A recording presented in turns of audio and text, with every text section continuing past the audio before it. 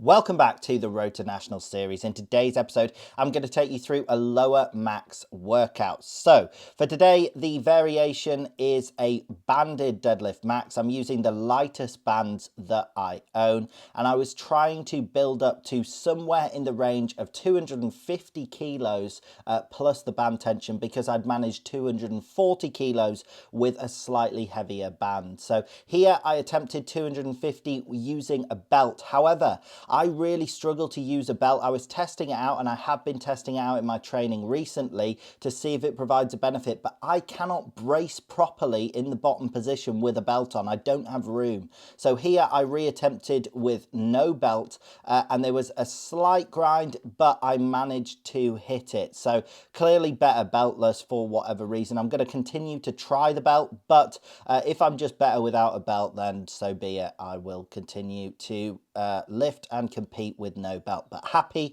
with that max. Successfully hit the 250 kilos I was looking for. So the first accessory here is the elevated heel squats using a cambered bar. Now last workout I did these with 90 kilos for sets of 12, and I am slowly just trying to build back up and progressively overload these. So I've been well within my capacity the last few times I've trained these, and the reason is because if you followed the channel at all, you'll know I've been working through a knee injury, and I haven't been able to do this exercise at all for ages. Then I reintroduced it a few weeks ago at about 60 kilos, then I jumped to 80 kilos, then last workout was 90 kilos, and this workout was 100 kilos. This was probably the first actual challenging weight for me for the number of reps, particularly given the form. I'm trying to go really slow and controlled. I'm trying to pause it at the bottom, and I'm not using knee sleeves, which is what I used to use when I did these.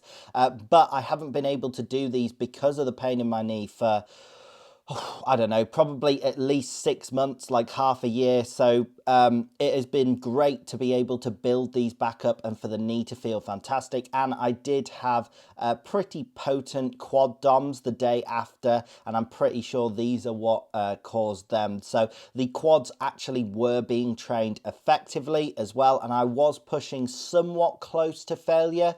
As you can see, I wasn't like literally grinding it out completely. Again, I am trying to be sensible with my knee, because as you approach failure on a lift, I definitely believe in training to failure with all your accessories, but you have to be sensible with injuries, and your form often breaks down when you do push to failure. So I didn't want to do anything that was going to potentially re-aggravate my knee injury. Like, for instance, I could have bounced out the bottom and probably got more reps, but that would have put way more pressure on the knee and could definitely have caused some damage. But happy with this accessory in total. Also, just quickly to say, the bar I'm using here is an open trap bar, so it's not actually designed to be a camber bar, but this is probably the thing I use it for most, because it is very easy. You don't have to have your arms back like in a normal bar. It's a thick bar and is stiff and is very comfortable to use. So if you've got a home gym, I definitely recommend doing open trap bars, because you can do trap bar deadlifts and everything like that, but you also get to do things like squatting like this. It's just a much more comfortable variation.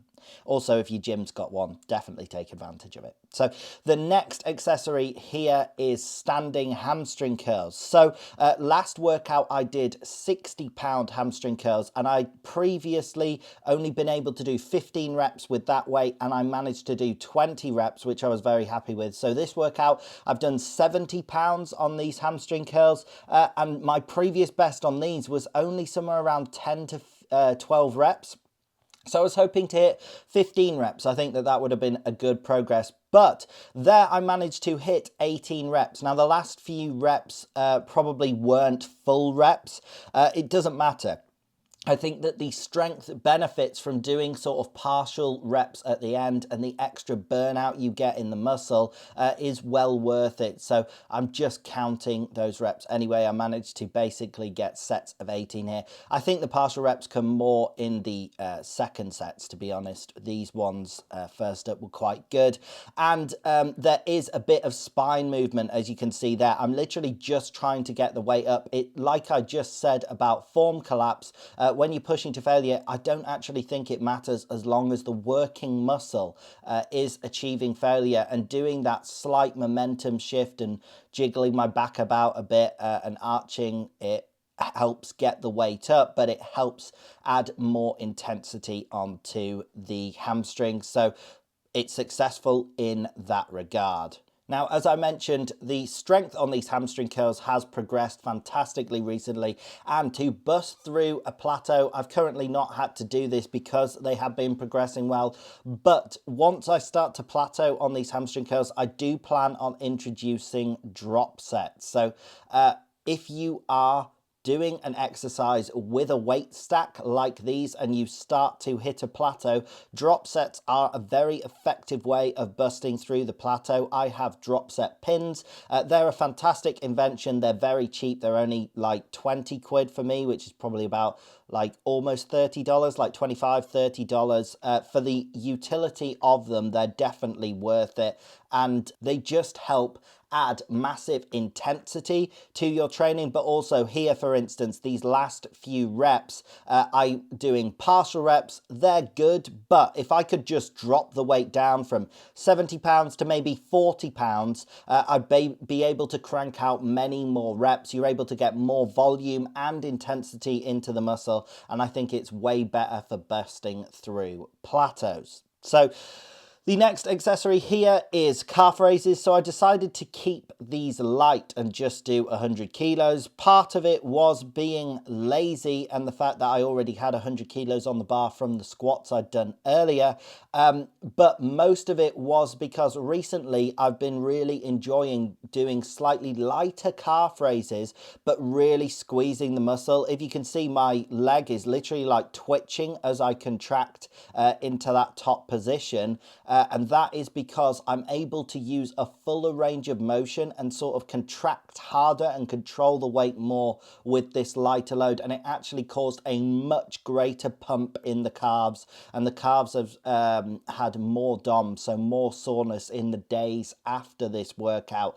So I do think that just moving absolute heaviest loads can be useful as well, particularly when you're trying to get neurological adaptations for strength. And I'm just trying to bulletproof my calves in general, but to build up the size and capacity of them, I think dropping the weight a bit like I did there and really squeezing can help a lot. Now, the next accessory here is banded hip adductions, and I normally do these with the roller, as I have been recently, which you might have seen since the start of this series. I think that's the only variation of hip adductions I've done. However, here I decided to do banded hip adductions because I am a huge fan of using different exercise variations. Even when you have a favorite exercise, for example, I love the converging chest press to train my chest, but I'm going to rotate it out every now and again and use like dumbbell flies as my chest exercise, or banded flies. That's what those bands are hanging down behind the rack. That's why I have them anchored there. Using different exercise variations can help you bust through plateaus. So when you're just doing the same exercise every workout, even if you think it's the most effective exercise, really the most effective exercise is using different variations, like doing different banded ones here. These hit the adductors in a very different way and really tax the contracted portion when my legs are next to each other, versus the roller adductions tax more the stretched portion in that deep bottom position when I'm almost in the splits. That's where that's most challenging. So training both of them is going to be most effective to keep the adductors progressing. And finally, the last accessory here was single leg glute kickbacks using the reverse hyper. Now, it says 150 kilos there. I am moving nowhere near 150 kilos. It's the same weight as I use for reverse hypers. However, when you do reverse hypers, you are contracting the weight all the way up to where your legs are like parallel with the ground. You're actually moving that 150 kilos through a large range of motion. Obviously, when I'm doing these glute kickbacks, the pendulum's just swinging side to side a little bit, but is almost just hanging down most of the time. So it's not anywhere near 150 kilos, but I just decided to write what the weight was on the actual machine. So the other thing to say about these is they got an insane contraction on the glutes. I found these way more effective than the banded glute kickbacks I've been doing recently, and I think that this is going to be my main variation for glute kickbacks. But as I've just said with adductors, I will rotate different exercises because the real best version of any exercise is a mixture of exercises. So that is it for today's video. I hope you did in fact enjoy the video. If you did, drop it a like, drop it a comment, subscribe, click the bell, all of that good stuff, and have a great day.